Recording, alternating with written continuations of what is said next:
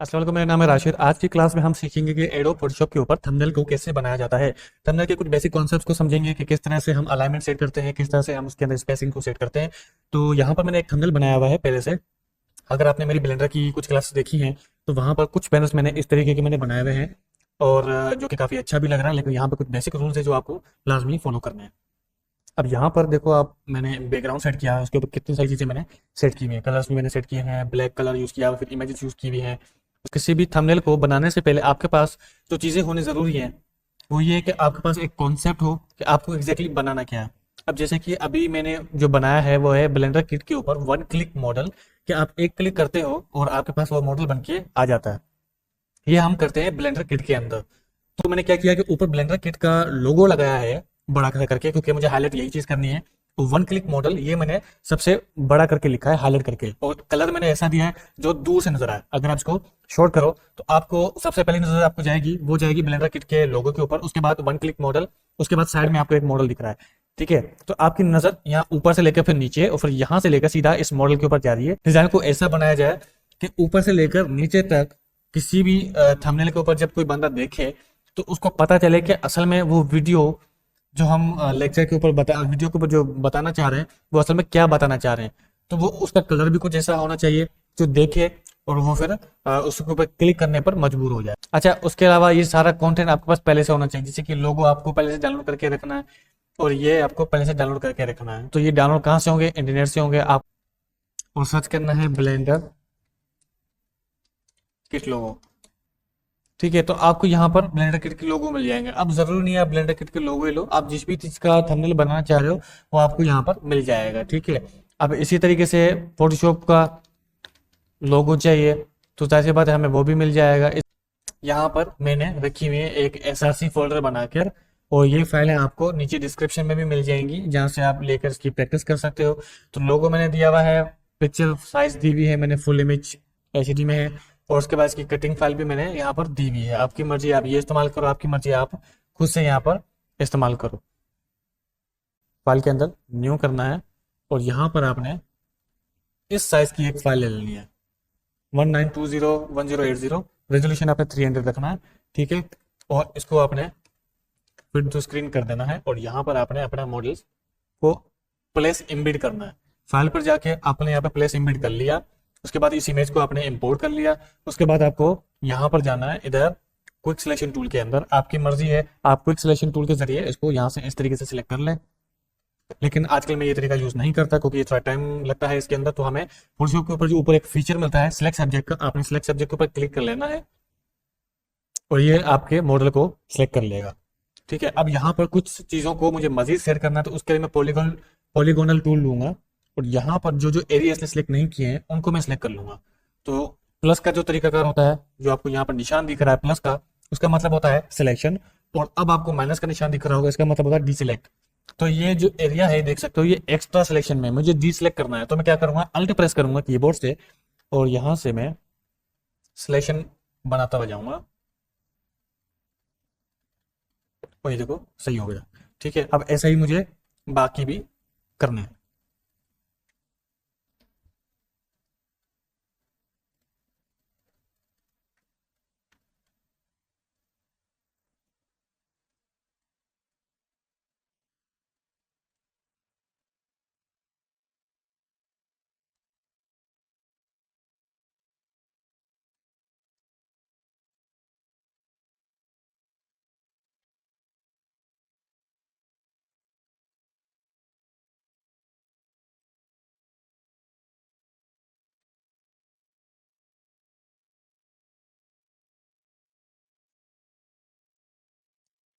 ठीक हो गया, अब मैंने सिलेक्शन पूरी कर ली है, तो अब मुझे जाना है सिलेक्ट एंड मास्क के अंदर, और यहाँ पर मेरी सेटिंग है पहले से हुई पड़ी है, तो आप ये सेटिंग देख लें, आपको भी ये सेटिंग करनी है।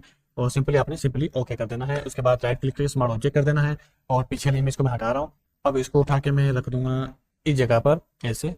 उसके बाद वापस से प्लेस इम्बेड में ब्लेंडर का लोगो को उठा के यहाँ पर सेट कर लूंगा। या आप देख लें कि मैंने इसको कहाँ सेट किया है। ठीक है, आपने बैकग्राउंड पे क्लिक करना है इधर, और यहाँ पर एडजस्टमेंट लेयर के जरिए जाकर सॉलिड कलर पे जाना है और ब्लैंक यहाँ पर ब्लैक कलर को यूज कर लेना है। इस पर मैं कंट्रोल जी प्रेस कर रहा हूँ, याद रहे किसी भी लेयर के ऊपर सेलेक्ट करके कंट्रोल जी प्रेस करेंगे तो वो ग्रुप बन जाएगा। तो उसका मैं नाम रख रहा हूँ बैकग्राउंड। इस कार के मॉडल के ऊपर मैं कंट्रोल जी कर रहा हूँ और उस पर रख रहा हूँ जीप, लॉक कर दिया। अब इसके ऊपर भी मैंने ग्रुप बना के इसको लोगो कर दिया, लॉक कर दिया। ठीक है, 3 तरह की चीज़ें हमारे पास यहाँ पर बन चुकी हैं। ब्लेंडर का लोगो मेरा यहाँ पर लग चुका है। और अच्छा, ब्लेंडर का लोगो लगाने से पहले आपको एक चीज़ का लास्ट में ध्यान रखना है। ठीक है, अब यहाँ पर जब आप कंट्रोल आर प्रेस करेंगे तो यहाँ पर देखो, यहाँ पे आपके पास रूलर बार आता है, इसको बोलते हैं स्केल। ठीक है, रूलर भी बोला जाता है, स्केल भी बोला जाता है। ये आपका होता है, आप इसके ऊपर राइट क्लिक करोगे ना, ये आपको इंच के हिसाब से भी मिल जाएगा। अब यहाँ पे देखो, यहाँ पे 0 है और यहाँ पर 1 है, यहाँ से लेकर यहाँ तक का फासला 1 इंच का है। और यहाँ पर 0 है और यहाँ पर 1 आ रहा है, तो यहाँ से लेकर यहाँ तक का फासला आपका 1 इंच का है। तो कम से कम आपने यहाँ से क्लिक होल्ड करना है इस स्केल के ऊपर और उसको उठा के इतना सा, ना बल्कि इतना सा, मतलब 0.5 इंच का, या 0.5 इंच भी नहीं, 0.25 इंच का आपने यहाँ पर गैप रखना है। क्यों? क्योंकि अगर आप ये गैप नहीं रखोगे तो वो आपका हिस्सा कट जाएगा। ठीक है, अब वो हर जगह से मैं देखो यहाँ पर ऐसे कर। ठीक है, अब जीप का मॉडल जहाँ तक मैंने लगाया है, मैं अब उसको थोड़ा सा और आगे कर रहा हूँ। लोगो जो मैंने लगाया है, देखो लोगो जो है वो मेरी बाउंड्री से बाहर हो रहा है, तो उसको मैं अंदर कर रहा हूँ। ठीक है, जो भी चीज़ें आपने करनी है वो बाउंड्री के अपने अंदर रहकर ही करनी है, लाजमन है ये। ठीक है, उसके बाद यहाँ पर जाना है और MODL मॉडल मैंने लिख दिया है और कलर मैंने इसका सेट कर दिया है यहाँ से। हेड फॉन्ट में रखूंगा हेड लाइन। ठीक है, मैंने वैसे पहले जो मॉडल यूज़ किया था, टेक्स्ट यूज़ किया था, वो दूसरा यूज़ किया था। मैं देखता हूँ मैंने कौन सा फॉन्ट यूज़ किया है, यहाँ पर देखो।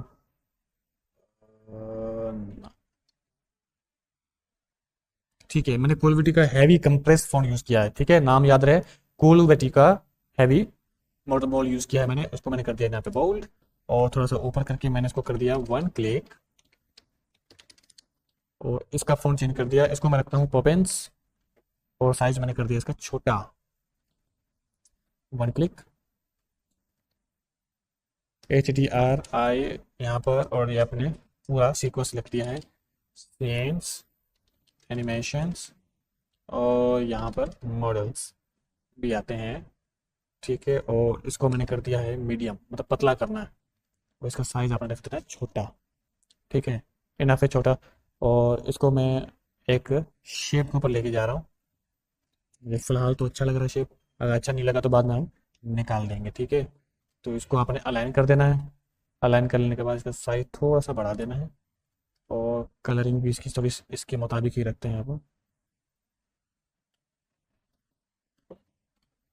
ठीक है, इसको थोड़ा सा बोल्ड कर देते हैं। हाँ, ये अच्छा लग रहा है, तो इसको थोड़ा सा ऊपर कर देते हैं, ऊपर ऊपर ऊपर और ऊपर। हाँ, ये सेंटर में होना ज़रूरी है और थोड़ा सा छोटा। जीप हमारी बहुत ज़्यादा बड़ी हो गई है तो उसको भी थोड़ा सा छोटा करना है, थोड़ा सा मजीद लोगों को हमने थोड़ा सा मजीद छोटा करना है। हर चीज़ बहुत ज़्यादा बड़ी नहीं होनी चाहिए। ठीक है, और जितना ज़्यादा बड़ा करेंगे उतना ज़्यादा काम खराब होना है, जितना छोटा हो, जितना अंदर की तरफ हो, उतना ज़्यादा बेहतर है। अब देखो, बैकग्राउंड हमने ब्लैक यूज़ किया है, जी भी बना ली, लोगो भी सेट कर दिया, टेक्स्ट भी हमने सेट कर दिया है। ठीक है, और टेक्स्ट मैंने लोगो वाली फोल्डर के अंदर रखा है, जीप को जीप वाले फोल्डर के अंदर, बैकग्राउंड को बैकग्राउंड वाले फोल्डर के अंदर। अब मुझे इसका बैकग्राउंड सेट करना है। अब बैकग्राउंड की इमेज जो है ना, वो मैंने निकाली नहीं थी, तो वो मैं यहाँ से निकाल लेता हूँ। तो ये रही आपकी बैकग्राउंड की इमेज, इसको मैं उठा के यहाँ पर रख रहा हूँ और इसको आपके लिए मैं सेव भी कर रहा हूँ यहाँ पर जाके।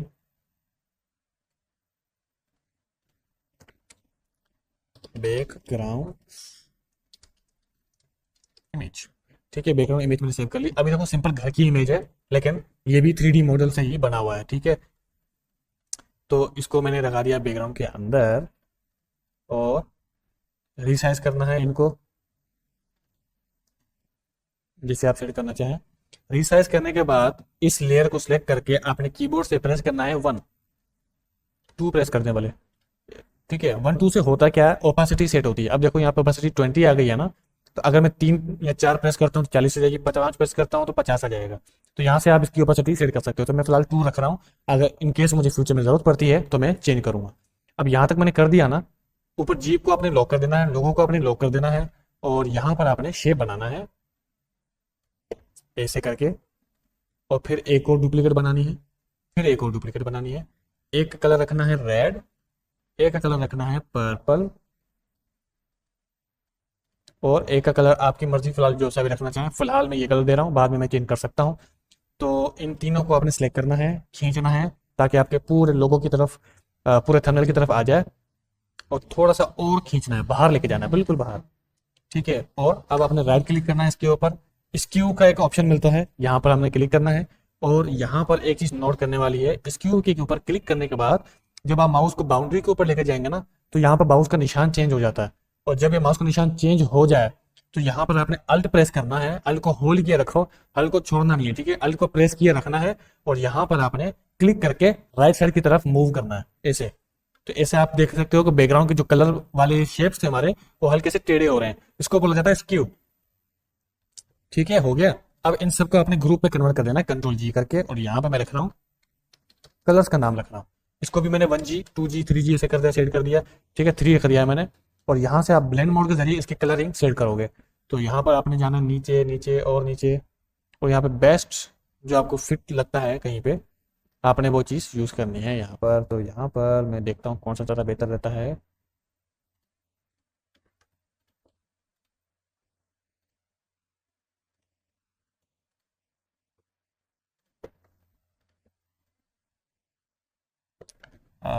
Hard mix, soft light.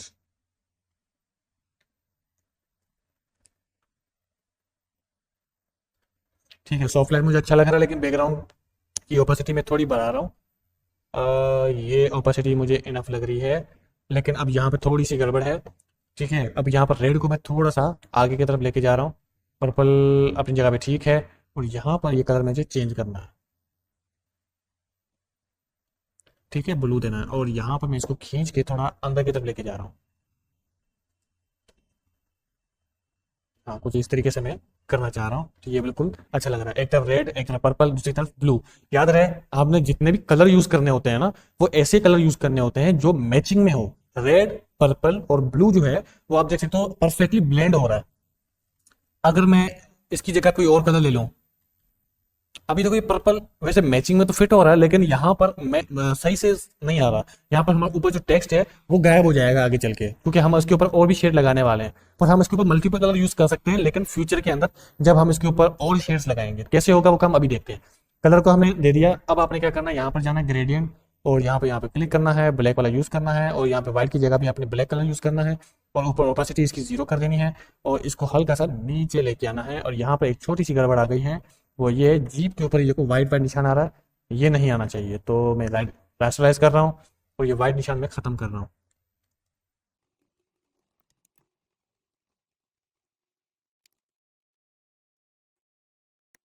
ठीक है, वाइट निशान देखो मैंने अब खत्म कर दिया है। और अब हमने क्या करना है, इसकी और मजीद कलरिंग शेड करनी है। तो इसके लिए हम जाएंगे अपने मॉडल वाले टेक्स्ट के ऊपर, और यहाँ पर हम टेक्स्ट शेड कर देंगे। तो यहाँ पर हम जो भी सबसे बेस्ट कलर देना चाहते हैं वो हम देंगे यहाँ पर, और सेम यही कलर हम यहाँ पर देंगे, लेकिन थोड़ा सा डार्क कलर के अंदर देंगे। अच्छा, यहाँ पे हमने टेक्स्ट को कलर दे दिया है, और यहाँ पर इन तीनों को आपने ग्रुप बनाना है, और बैकग्राउंड पे शेडो लगा देना है हल्का सा, ताकि ये अच्छे से नजर आए। और नीचे जो मैंने यहाँ पर एक शेप बनाया था, उसको भी मैं ग्रेडियंट इफेक्ट दूंगा, लेकिन वही कलर दूंगा जो यहाँ पर था। अ, बस यहाँ पे थोड़ी सी मुझे चेंजिंग करनी है। यहाँ पर जाऊंगा ऐसे करके, इसको हल्का सा लाइट इफेक्ट दूंगा, और इस वाले को मैं थोड़ा सा डार्क इफेक्ट दूंगा। ठीक है, ये थोड़ा सा मुझे अच्छा लग रहा है। ठीक है, अब ये परफेक्टली सेट हो चुका है। ये तीनों चीजें हमारी सेट हो जाती हैं, तीनों ग्रुप्स को मैं ग्रुप में कन्वर्ट करूंगा। मेन लॉक कर दो, यहाँ पर जाओ, एक्सपोजर थोड़ा सा बढ़ाना है, और यहाँ पे अपन से सेट कर देना है। ठीक है, अब ये परफेक्टली, एक मिनट थोड़ी सी गड़बड़ हो गई है, एक्सपोजर बढ़ाना है, थोड़ा सा बढ़ाना है। ठीक है, अब यहाँ पर जो हमने गलती की है वो है कलरिंग में। अब कलरिंग को हमें थोड़ा सा मजीद बेहतर बनाना है। कैसे बेहतर बनेगा देखते हैं अभी। रेड, ब्लैक, ब्लू, ये अच्छा लग रहा है, ब्लू।